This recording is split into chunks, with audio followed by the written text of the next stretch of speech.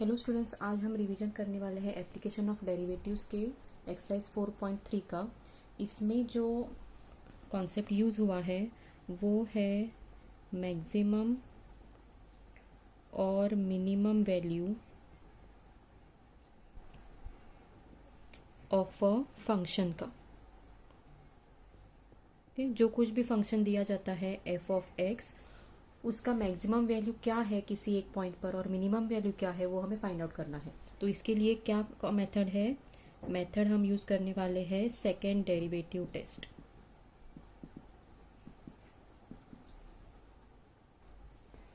Second derivative test में क्या करना होता है अभी, तो ये जो एफ ऑफ एक्स दिया है, सबसे पहले हमें फाइंड आउट करना है एफ डैश ऑफ एक्स, मतलब फर्स्ट डेरिवेटिव फाइंड आउट करना है और सेकेंड डेरिवेटिव फाइंड आउट करना है।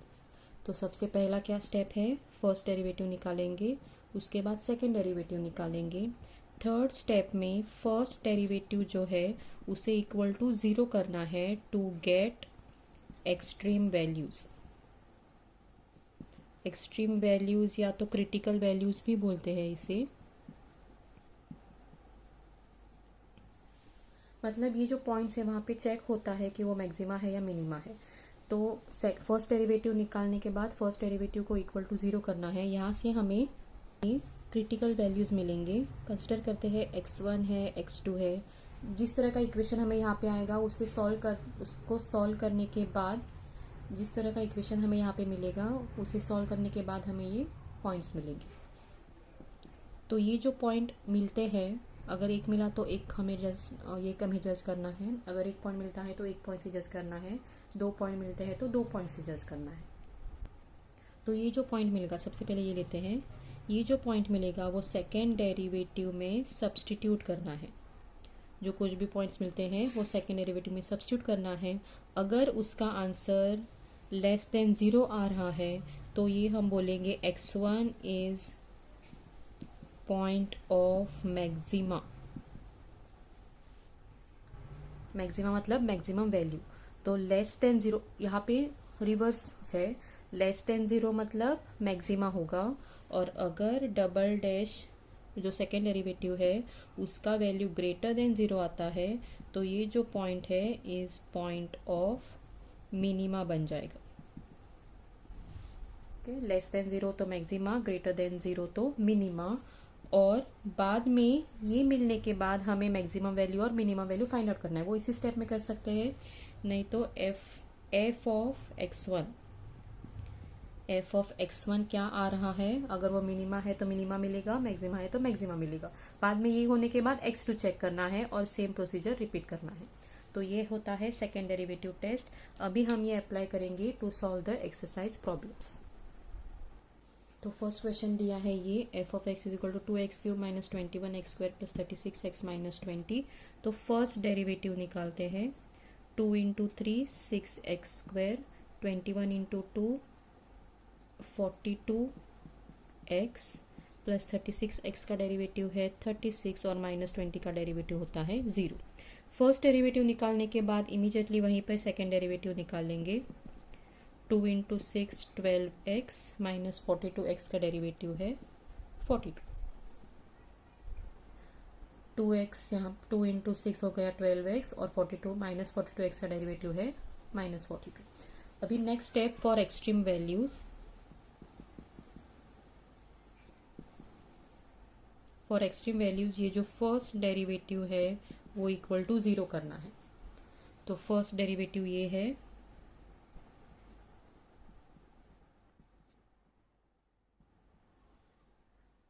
इसके लिए ये 6 हम कॉमन लेते हैं,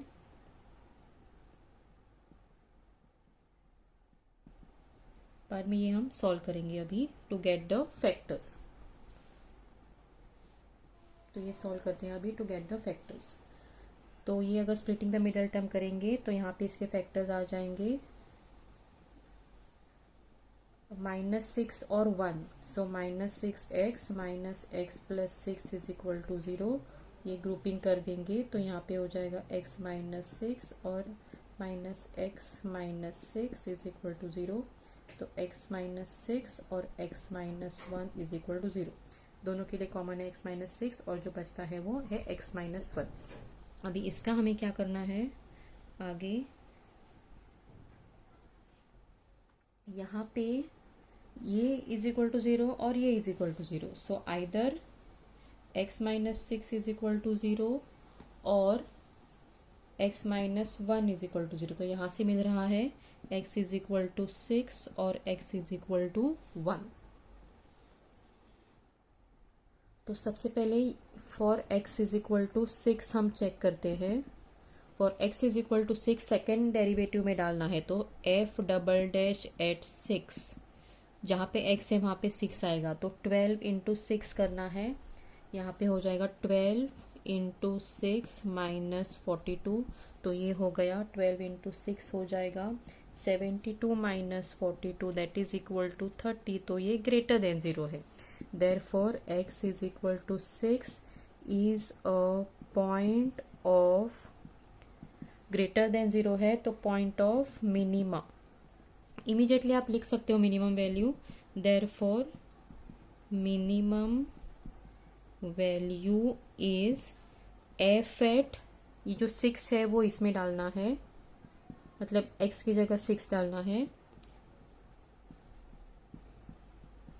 ये सब्स्टिट्यूशन दिखाना है यहाँ पे,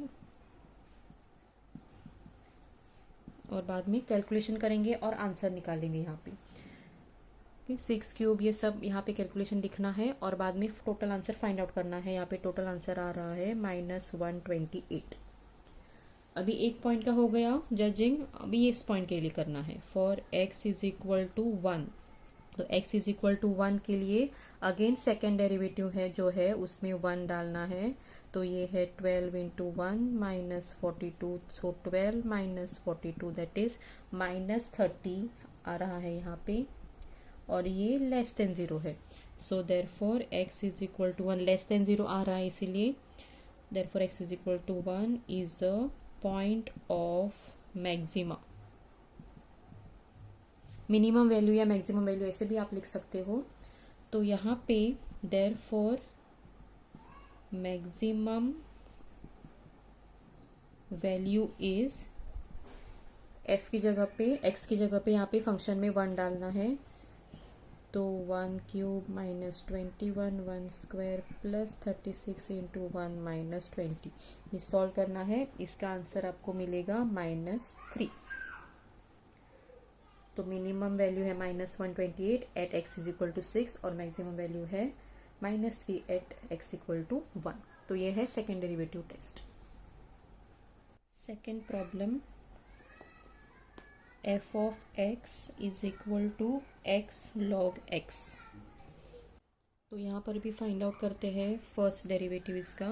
तो फर्स्ट डेरिवेटिव है u into v, x kept as it is, derivative of log x 1 upon x, plus second function kept as it is और डेरिवेटिव ऑफ x है 1, तो ये आ रहा है 1 प्लस log x। अभी इससे सेकेंड डेरिवेटिव, 1 का डेरिवेटिव है 0 और log x का डेरिवेटिव है 1 अपॉन x। अभी नेक्स्ट क्या करना है, टू फॉर एक्सट्रीम वैल्यूज,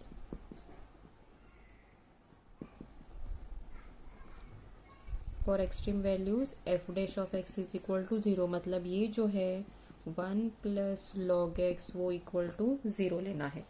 मतलब हम क्या लेंगे, log x is equal to ये -1 यहाँ पे डालेंगे और log हटाने के लिए हम उसको एक्सपोनेंशियल अप्लाई करेंगे, तो applying exponential on both the sides,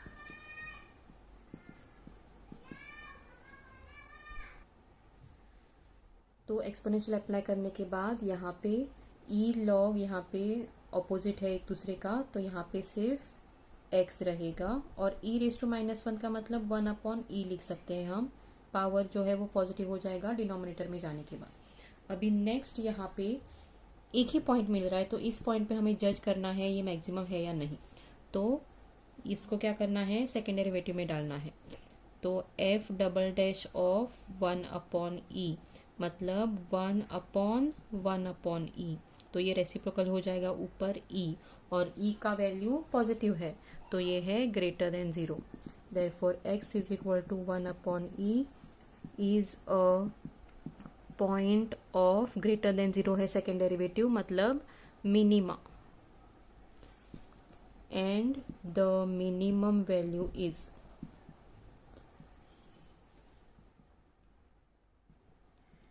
minimum value कैसे फाइंड आउट करेंगे, जो पॉइंट हम जज कर रहे हैं वो मेन फंक्शन में डालेंगे यहाँ पे, तो एफ ऑफ 1/e हो जाएगा 1/e और log ऑफ 1/e। तो यहाँ पे 1/e और log a/b मतलब log a minus log b। तो ये हो गया यहाँ पे 1/e, log 1 0 होता है और log e 1 होता है, तो ये -1 रहेगा। तो फाइनल आंसर -1/e आ रहा है। यहाँ पे सिर्फ एक पॉइंट है, इसलिए उस पॉइंट पर ही जज किया है।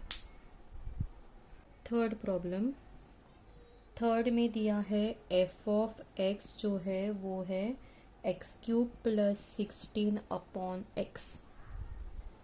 तो अभी यहाँ पे फर्स्ट डेरिवेटिव निकालते हैं इसका। x² का डेरिवेटिव है 2x और 1/x का डेरिवेटिव है -1/x²। तो ये हो जाएगा -16/x²। और सेकेंड डेरिवेटिव इसका 2x का डेरिवेटिव है 2 और 1/x² का डेरिवेटिव होता है +2/x³। 1/x² का डेरिवेटिव होता है यहाँ पे ऊपर आ जाएगा -2 और ये x 2 + 1 हो जाएगा, वो है 3। तो ये -2 है तो यहाँ पे माइनस ऑलरेडी है तो +2 हो जाएगा। यहाँ पे कौन सा फॉर्मूला यूज़ किया है, 1/x⁴n का डेरिवेटिव, तो वो क्या होता है -n और n+1, इस तरीके से फॉर्मूला आएगा।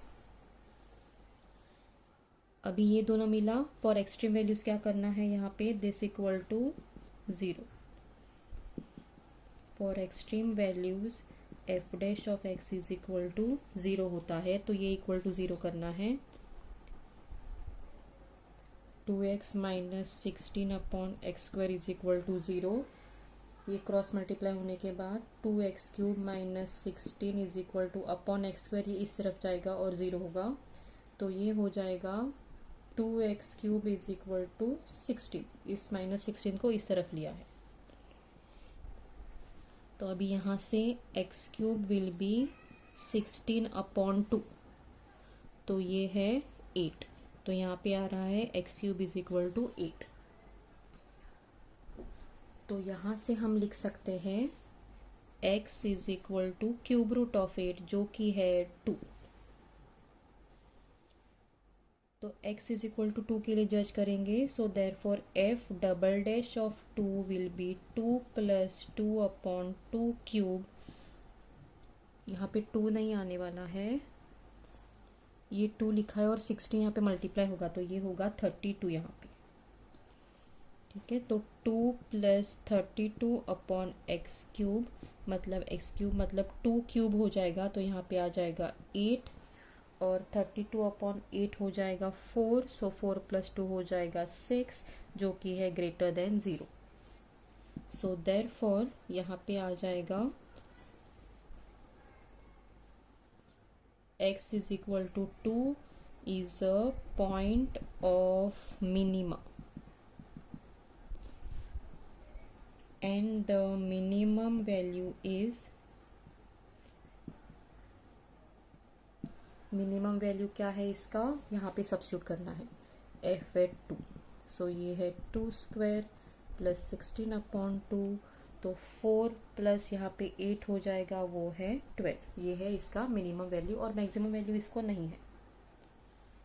अभी सेकेंड के लिए क्वेश्चन है वो divide 20 into 2 part such that that product is maximum. तो पहले लेते हैं हम सॉल्यूशन स्टार्ट करते वक्त, let the first part be, और कोई भी one part, let the first part be x and other part be 20 - x लेना होगा हमें यहाँ पे, क्योंकि 20 को 2 पार्ट में डिवाइड करना है। तो अगर पहला x है तो दूसरा 20 - x हो जाएगा। तो यहाँ पे प्रोडक्ट इज मैक्सिमम, पे so therefore F of X है एक्स इंटू 20 माइनस एक्स। तो यहाँ पे मल्टीप्लाई करेंगे 20x और x इंटू एक्स है एक्स स्क्वायर। तो ये हो गया फंक्शन जिसको हमें अभी सेकेंड डेरिवेटिव टेस्ट अप्लाई करना है। तो इसका अभी फर्स्ट डेरिवेटिव है 20x का डेरिवेटिव है 20 माइनस एक्स स्क्वायर का डेरिवेटिव है 2x और सेकेंड डेरिवेटिव 20 का डेरिवेटिव है 0 और माइनस 2x का डेरिवेटिव है -2। अभी यहाँ पे फर्स्ट डेरिवेटिव डालते हैं -2x for extreme values F dash of X is equal to 0 होता है। तो ये जो है 20 माइनस 2x है 0, तो यहाँ से x का वैल्यू फाइंड आउट करना होता है। तो 2x को उस तरफ लेंगे तो 2x को इस तरफ लिया और 20 उसी जगह पे रखा तो x इज इक्वल टू 20/2 10 आ रहा है। यहाँ पे एक ही वैल्यू आ रहा है, वो हमें इसमें सब्स्टिट्यूट करना है, लेकिन ये तो ऑलरेडी -2 है। तो नेक्स्ट क्या आएगा यहाँ पे एफ डबल डैश ऑफ 10। अगर यहाँ पे x होता तो 10 सब्स्टिट्यूट करते, लेकिन यहाँ पे -2 ही है। तो F double dash of 10 is -2 that is less than 0। Therefore x is equal to 10 is a point of less than 0 है तो मैक्सिमा ही आ रहा है जैसे कि क्वेश्चन दिया है। Therefore, the maximum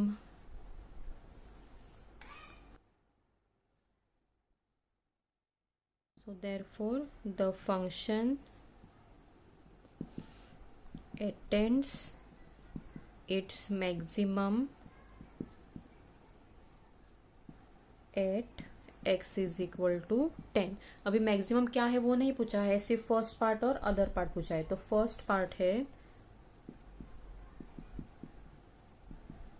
part is x is equal to 10 और other part हमने लिया है 20 माइनस एक्स जो कि है 20 माइनस 10 जो कि है 20 माइनस 10 है 10। इस तरह का कोई भी प्रॉब्लम अगर आता है डिवीजन ऑफ कोई भी और एक अगर एग्जांपल मैं देती हूँ तो यहाँ पे 84 इंटू 2 पार्ट। सो आप 84 लेके ट्राई कीजिए। 84 को लेना है x और यहाँ पे आएगा 84 माइनस एक्स और सेम प्रॉब्लम सॉल्व करना है। थर्ड प्रॉब्लम देखिए, a metal wire of 36 centimetre long is bend to form a rectangle, find its dimensions when its area is maximum. देखेंगे 36 सेंटीमीटर का वायर है, वो रेक्टेंगल फॉर्म में यहाँ पे बेंड कर दिया है। तो अगर ये लेंथ है और ये ब्रेड्थ है तो इसका मतलब जो पेरीमीटर है, पेरीमीटर क्या होता है 2 times length plus 2 times breadth is equal to 36 है, क्योंकि ये पूरी वायर जो है वो रेक्टेंगल फॉर्म में बेंड किया है। तो हमें ये इन्फॉर्मेशन है। तो हम पहले क्या करते हैं, let the length be x centimetre, क्योंकि सेंटीमीटर में प्रॉब्लम है और जब हम सॉल्व करते हैं तब हमें एक ही वेरिएबल में चाहिए होता है, हम एक x और दूसरा y नहीं ले सकते। तो let the length be x लेते हैं और यहाँ पे लेंथ सब्स्टिट्यूट करते हैं x।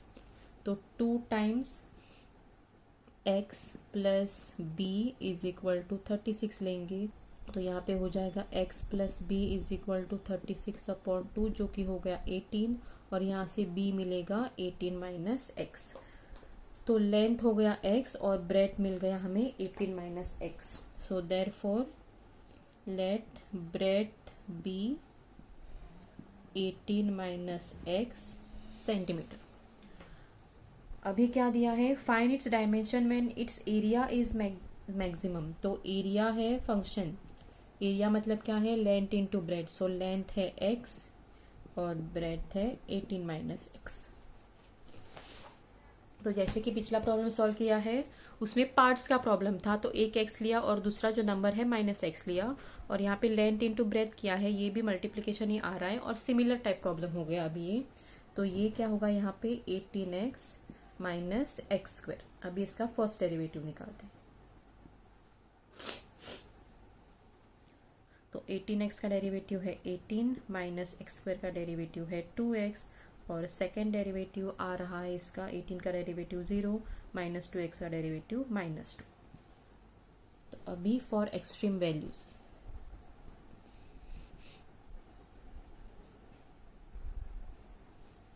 Use F dash of X is equal to 0, तो ये इक्वल टू 0, इससे क्या मिलेगा हमें, x इज इक्वल टू 18/2 जो कि है 9। तो 9 हमें चेक करना है वो मैक्सिमा है या मिनिमा है। तो f double dash of minus f double dash of 9 एक ही पॉइंट है, तो ये 9 इसमें सब्स्टिट्यूट करना है और उसका आंसर -2 ही आएगा जो कि है less than 0। Therefore x is equal to 9 is a point of maxima.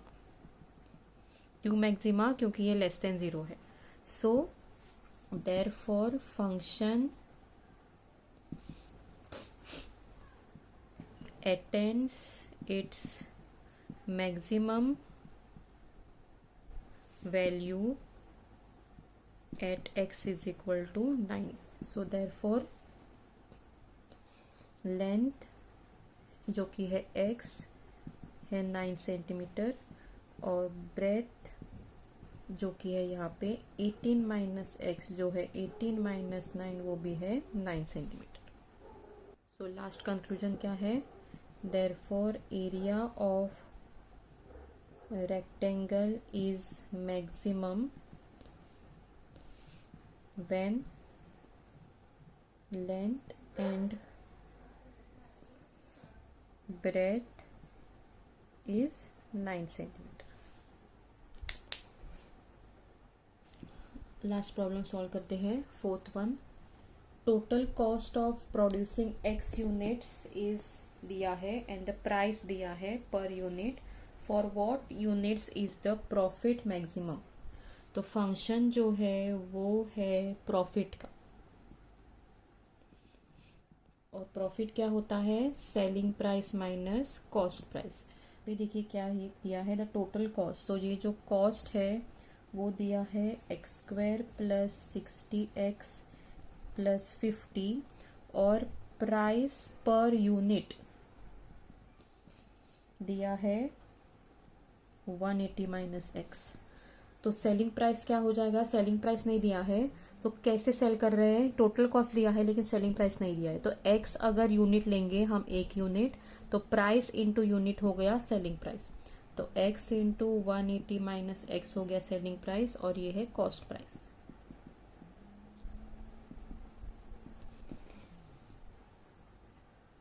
तो ये भी सॉल्व करना है। 180x minus x² minus x² minus 60x और माइनस प्लस माइनस 50। तो x² minus x² minus x² हो जाएगा -2x²। 180 माइनस 60 है प्लस 120x और ये है -50। अभी ये प्रॉफिट हमें देखना है कि कितने यूनिट्स के लिए ये मैक्सिमम है। तो फर्स्ट आप ये लिखने से पहले लिख सकते हैं let the number of units be x। Okay, ये आप पहले लिखिए। तो ये आपको पहले लिखना है प्रॉब्लम स्टार्ट करने से पहले, let the number of units be x और बाद में ये function is equal to profit का फंक्शन हमने लिया है। प्रॉफिट का फॉर्मूला क्या होता है? Selling price minus cost price. ये हमने सब्स्टिट्यूट कर दिया और ये हमें फंक्शन मिला है, उसका फर्स्ट डेरिवेटिव निकालेंगे। 2 इंटू 2 4x, इसका डेरिवेटिव है 120 और इसका डेरिवेटिव है 0। सेकेंड डेरिवेटिव -4x का डेरिवेटिव है -4 और एक्सट्रीम वैल्यू के लिए हम क्या करेंगे? फर्स्ट डेरिवेटिव को 0 लेंगे। तो इसको 0 लेना है। इसको 0 लेने के बाद x क्या मिलेगा हमें? यहाँ से 120 इस तरफ जाएगा, -120 बन जाएगा -4x माइनस 120। तो x यहाँ से मिलेगा 30, 120/4 हो जाएगा 30। सो सेकेंड डेरिवेटिव में अगर 30 डाल दिया तो उसका आंसर -4 लेस देन 0 ही मिलने वाला है। So therefore f of x attains its maximum value, क्योंकि लेस देन 0 है इसीलिए maximum value at x is equal to 30। तो जो पूछा है उतना ही करना है। यहाँ पे कितना प्रॉफिट हुआ है वो नहीं पूछा है, किस वैल्यू के लिए, कितने नंबर के लिए वो मैक्सिमम अटेंड कर रहा है वही पूछा है। तो x is equal to 30। So therefore for 30 units, किस चीज का प्रॉब्लम को पूछा गया था? प्रॉफिट का. सो therefore for 30 units profit is maximum.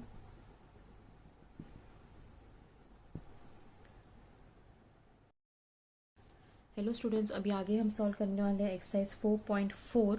यहाँ पे मैं पहले कॉन्सेप्ट एक्सप्लेन नहीं करने वाली हूँ. जैसे जैसे प्रॉब्लम आएगा हम उस तरीके से वहाँ पे रिलेटेड फॉर्मूलाज और वहाँ पे क्या करना है वो देख लेंगे. तो एक्सरसाइज 4.4 का फर्स्ट प्रॉब्लम देखिए. The demand function of a commodity at price P is given. तो वहाँ पे डिमांड फंक्शन दिया है और चेक करना है वेदर इट इज इंक्रीजिंग और डिक्रीजिंग.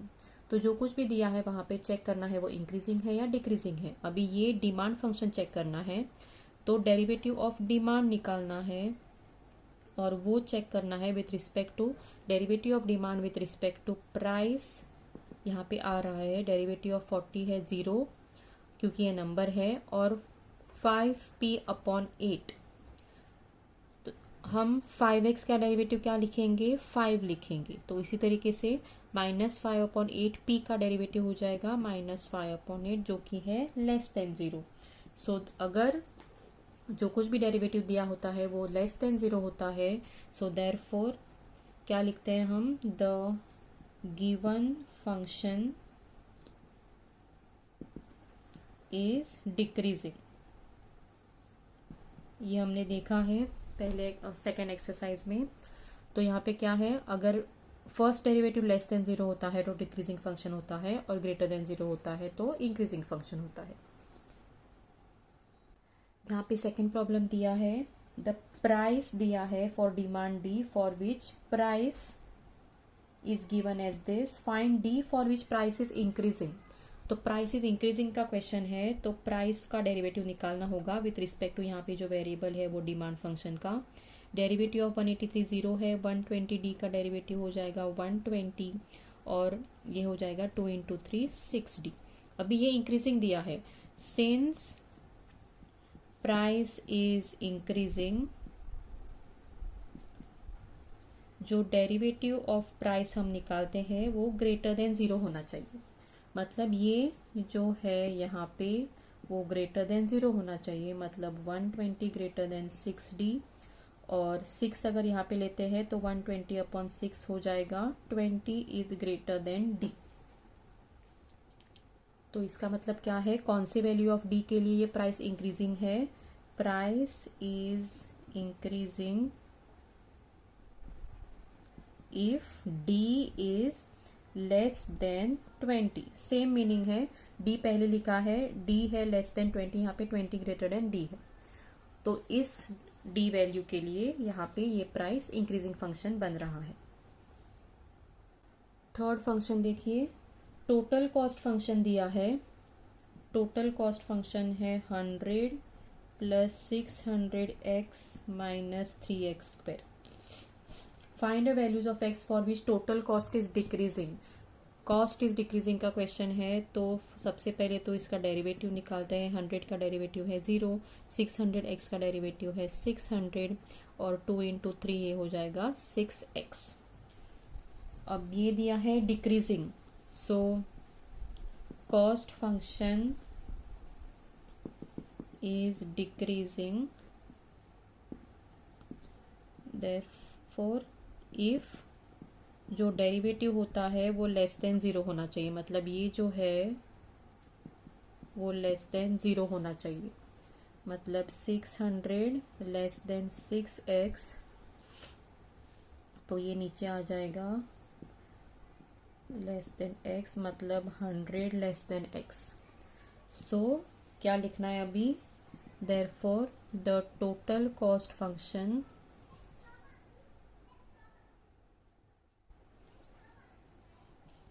Is decreasing. कब डिक्रीजिंग होगा? Is decreasing when x is greater than 100. तो अभी तक हमने क्या देखे यहाँ पे प्रॉब्लम्स? इंक्रीजिंग और डिक्रीजिंग. इंक्रीजिंग में क्या होगा? ग्रेटर देन 0 होगा, और डिक्रीजिंग में लेस देन 0 होगा. अगर वो पूछा गया है कि वो इंक्रीजिंग है या डिक्रीजिंग है, तो वो आपको यहाँ से जज करना है। अगर दिया गया है डायरेक्टली तो वो डालना है, इसको भी वो कंडीशन में less than equal to less than 0 करना है, और उसमें से क्या जजमेंट आता है। यहाँ पे x ग्रेटर देन 100 आ रहा है, तो x ग्रेटर देन 100 जब होगा तब ये कॉस्ट फंक्शन क्या होगा, डिक्रीजिंग फंक्शन होगा। फोर्थ देखिए, फोर्थ में यहाँ पे the manufacturing company produce x items at the total cost of 180 plus 4x, the demand function for this product is given, find x, revenue is increasing, profit is increasing. सबसे पहले तो कुछ चीजें समझ लेते हैं। यहाँ पे the manufacturing company produce x items, वो x आइटम्स प्रोड्यूस कर रही है, तो उसका मतलब है जो वो डिमांड है वो है x। और यहाँ पे वर्ड आया है रेवेन्यू। रेवेन्यू जो होता है वो प्राइस इनटू डिमांड होता है। तो यहाँ पे प्राइस दिया है, प्राइस है 240 माइनस एक्स और डिमांड है x, तो ये हो गया 240x माइनस एक्स स्क्वायर। ठीक है, तो ये है रेवेन्यू। और टोटल कॉस्ट फंक्शन दिया है वहाँ पे, कॉस्ट फंक्शन है c जो कि है 180 प्लस 4x। तो ये सारी चीज़ें देखने के बाद फर्स्ट है find x for which revenue is increasing. तो ये जो रेवेन्यू है यहाँ पे जो लिखा है ये ऐसे लिखना है, revenue is price into demand, ये फंक्शन आ रहा है। तो रेवेन्यू इज इंक्रीजिंग मतलब dr और विथ रिस्पेक्ट टू यहाँ पे जो वेरिएबल है उसी से डिफरेंशिएट करना है। सो 240x का डेरिवेटिव है 240x स्क्वायर का डेरिवेटिव है 2x। और यहाँ पे इज इंक्रीजिंग दिया है, रेवेन्यू इज इंक्रीजिंग कब होगा, रेवेन्यू इज इंक्रीजिंग इफ जब उसका डेरिवेटिव ग्रेटर देन 0 होगा, फर्स्ट डेरिवेटिव ग्रेटर देन 0 होगा, तो ये डेरिवेटिव ग्रेटर देन 0 लेंगे।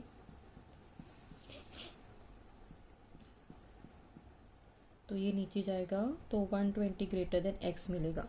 तो रेवेन्यू इज इंक्रीजिंग आ रहा है, revenue is increasing when x is less than 120। अगर जो डिमांड है, जो नंबर ऑफ आइटम्स जो है वो जो डिमांड है अगर लेस देन 120 यूनिट्स है, तो जो कुछ भी है 120 यूनिट्स जितने भी नंबर में वो कर रहे हैं, तो यहाँ पे जब x लेस देन 120 होगा तब उसका रेवेन्यू इंक्रीज होगा।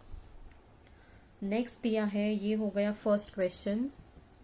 सेकेंड में दिया है प्रॉफिट इज इंक्रीजिंग, तो प्रॉफिट का क्या है वहाँ पे, profit is revenue minus cost. ये लिखना है प्रॉफिट इज, पहले में हमने क्या लिखा था, profit is selling price minus cost price, लेकिन यहाँ पे रेवेन्यू और कॉस्ट वर्ड्स यूज हुए हैं, इसीलिए profit is revenue minus cost. Same ही हो जाएगा ये selling price minus cost price. तो ये जो रेवेन्यू है यहाँ पे, ये पहले प्रॉब्लम भी वही किया था हमने, एक्स इंटू जो कुछ भी दिया था प्राइस वो किया है, तो सेम है। रेवेन्यू जो है यहाँ पे है 240x minus x square minus cost करना है 180 प्लस 4x। तो ये पहले सॉल्व करते हैं, माइनस 4x, तो यहाँ पे आ जाएगा ये माइनस एक्स स्क्वायर 240 माइनस 4 हो जाएगा 236x और ये है माइनस 180। तो profit is increasing, profit increasing है, इसीलिए of price with respect to ये जो x है वो ग्रेटर देन 0 होगा, तब ये इंक्रीजिंग होगा। अभी यहाँ पे क्या है, इसका डेरिवेटिव, तो इसका डेरिवेटिव क्या है, माइनस एक्स स्क्वायर का डेरिवेटिव है 2x, 236x का डेरिवेटिव है 236 जो कि है ग्रेटर देन 0। तो ये हम अभी सॉल्व करते हैं, 236 2x को इस तरफ लेंगे वो 2x हो जाएगा, ये 2 यहाँ पे डिवाइड हो जाएगा, तो ये 118 ग्रेटर देन x। तो यहाँ पे प्रॉफिट कब इंक्रीज होगा, जब x लेस देन 118 है। So therefore profit is increasing when अभी x लेस देन 118 है, मतलब जो डिमांड है वो नेगेटिव में तो नहीं जा सकता, इसलिए हम क्या लिखेंगे, x लेस देन 118 तो है ही, लेकिन वो जीरो भी वहाँ पे लिमिट डालना चाहिए। यहाँ पर भी सेम करना है। रेवेन्यू कब इंक्रीजिंग है, व्हेन x लेस देन 120, मतलब when 0 less than x less than 120, क्योंकि जो नंबर ऑफ आइटम्स है वो नीचे नहीं जा सकते, x के नीचे नहीं, 0 के नीचे नहीं जा सकते, इसीलिए। तो इस तरीके से आपको ये प्रॉब्लम सॉल्व करना है। इसमें क्या चीज़ें ध्यान में रखनी है, इंक्रीजिंग का फंक्शन था, तो जो कुछ भी पूछा है उसका डेरिवेटिव ग्रेटर देन 0 होना चाहिए, ये आपको ध्यान में रखना है। और रेवेन्यू का मतलब क्या है, प्राइस इनटू डिमांड। डिमांड क्या लेना है, नंबर ऑफ आइटम्स, आप एनीथिंग x ले सकते हो यहाँ पे। ये कॉस्ट दिया है और रेवेन्यू प्राइस इनटू डिमांड होता है, और प्रॉफिट यहाँ पे रेवेन्यू माइनस कॉस्ट है। फिफ्थ क्वेश्चन देखिए वहाँ पे, for manufacturing x units labour cost is 150 minus 54x, सब चीज़ें दी गई है। और फर्स्ट है find the values of x for which total cost is decreasing. तो फर्स्ट फॉर जो प्रॉब्लम है वो टोटल कॉस्ट के ऊपर है। अभी यहाँ पे टोटल कॉस्ट, पिछले प्रॉब्लम्स में टोटल कॉस्ट डायरेक्ट दिया था, अभी यहाँ पे क्या है, जो कॉस्ट है वो लेबर कॉस्ट है और प्रोसेसिंग कॉस्ट है, वो हमें ऐड करना है। तो टोटल कॉस्ट C जो है, टोटल कॉस्ट C हम लेंगे, दोनों कॉस्ट को ऐड करेंगे, 150 माइनस 54x और प्रोसेसिंग कॉस्ट, ये दोनों चीज़ें ऐड कर देंगे। तो यहाँ पे टोटल कॉस्ट है और उसका डिक्रीजिंग का क्वेश्चन पूछा गया है। तो सबसे पहले डेरिवेटिव निकालते हैं। 150 का डेरिवेटिव हो जाएगा 0, 54x, ये जो माइनस है यहाँ पे रखेंगे, 54x का डेरिवेटिव है 54 और x स्क्वायर का डेरिवेटिव है 2x। क्वेश्चन है total cost is decreasing, total cost is decreasing है, तो इसके लिए देयरफॉर इसका डेरिवेटिव जो है वो लेस देन 0 होना चाहिए। मतलब ये जो है -54 प्लस 2x लेस देन 0 होना चाहिए। मतलब 2x 54 यहाँ पे लेंगे तो x हो जाएगा लेस देन 27। तो कॉस्ट कब डिक्रीज हो रहा है, जब x is less then 27। So therefore, और यहाँ पे मैन्युफैक्चरिंग x यूनिट्स पूछा गया है, so therefore cost is decreasing when x is less then 27, और x यूनिट्स है वो नेगेटिव नहीं हो सकता, इसलिए 0 less than x less than 27 लेना है।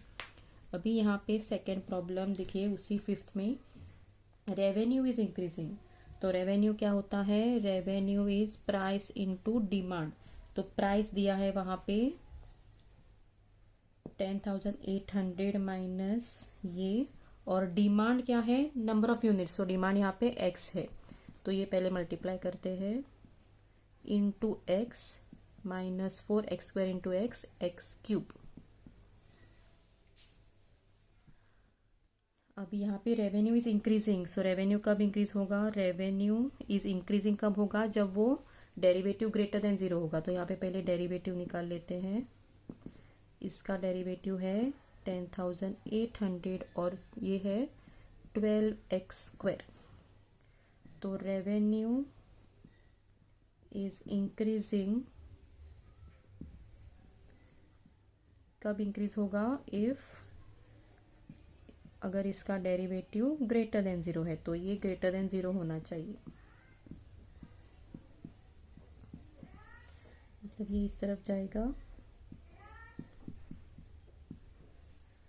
तो 10,800 डिवाइडेड बाय 12, वो क्या होगा, ये डिवाइडेड बाय 12 करना है, 900 ग्रेटर देन x स्क्वायर आएगा। स्क्वायर रूट क्या होगा, स्क्वायर रूट ऑफ 900 30 है, लेकिन अभी यहाँ पे क्या लिखना है, जब ऐसे कंडीशन आती है x स्क्वायर लेस देन 900, 930 होगा, लेकिन हमें यहाँ पे डायरेक्टली x लेस देन 30 नहीं लिख सकते। जब x स्क्वायर लेस देन 900 होता है तब इसका स्क्वायर रूट है 30, तो ये x will lie between -30 and +30,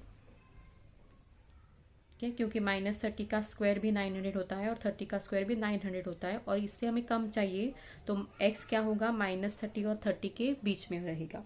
क्योंकि डिमांड है यहाँ पे x है और वो पॉजिटिव होना चाहिए, therefore revenue is increasing when 0 less than x less than 30। इस तरीके से आंसर आना चाहिए। सिक्स्थ प्रॉब्लम देखिए, टोटल कॉस्ट दिया है, यहाँ पे लिखते हैं पहले टोटल कॉस्ट।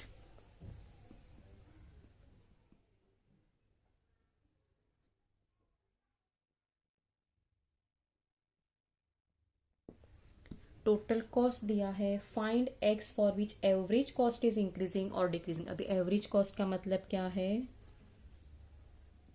एवरेज कॉस्ट का प्रॉब्लम पूछा गया है। CA लिख सकते हैं हम एवरेज कॉस्ट का नोटेशन। कॉस्ट को इंक्रीजिंग डिक्रीजिंग नहीं पूछा है, एवरेज कॉस्ट को पूछा है। तो एवरेज कॉस्ट मतलब क्या है, C/X करना है। तो यहाँ पे डिवीजन बाय x किया तो यहाँ पे हो जाएगा 47, ये डिवाइड बाय x करना है तो ये हो जाएगा 300x, और ये डिवीजन बाय x किया तो हो जाएगा x³। अभी इसका प्रॉब्लम है तो इसका डेरिवेटिव निकालते हैं। Derivative of average cost with respect to x, derivative of 47 0, derivative of 300x आता है 300 माइनस x³ का डेरिवेटिव है 3x²। फर्स्ट प्रॉब्लम है इंक्रीजिंग का, तो average cost is increasing if derivative of x is greater than 0। तो ये greater than 0 चाहिए। ग्रेटर देन 0 कब होगा, जब 300 ग्रेटर देन 3x² होगा, मतलब जब 100 ग्रेटर देन x² होगा। तो हमने देखा है अभी ये कब होगा, जब -10 स्क्वायर रूट ऑफ 100 क्या है 10, सो -10 less than x less than 10 होना चाहिए। मतलब ये क्या है, x² लेस देन 100 है, इसीलिए।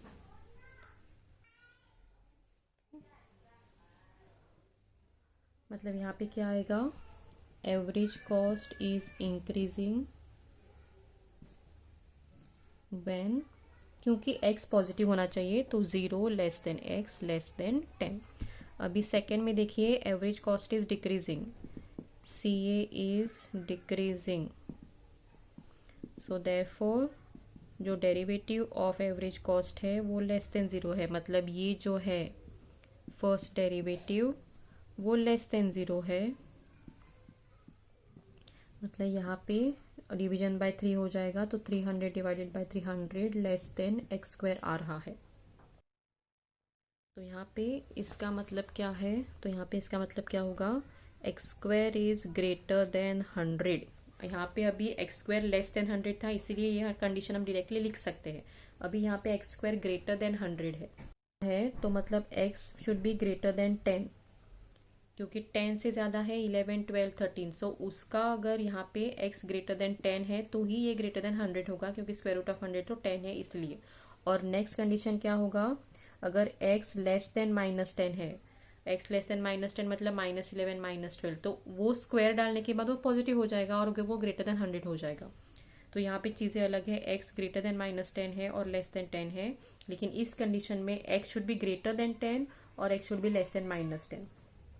तो यहाँ पे x लेस देन -10 तो हम नहीं ले सकते क्योंकि ये नेगेटिव में चला जाएगा, इसलिए x ग्रेटर देन 10 लेना है। So therefore average cost is decreasing for x greater than 10। Students, अभी जो एक्सरसाइज 4.4 के हमने प्रॉब्लम सॉल्व किए हैं 6 तक, मैं ये वीडियो यहीं पे स्टॉप करने वाली हूँ, क्योंकि नेक्स्ट वीडियो में जो 7 से प्रॉब्लम शुरू हो रहे हैं इस एक्सरसाइज के वो हम लेंगे, क्योंकि उसका कॉन्सेप्ट वहाँ पे फॉर्मूला थोड़ा अलग यूज़ हुआ है, तो वो हम नेक्स्ट वीडियो में देखेंगे। Thank you students.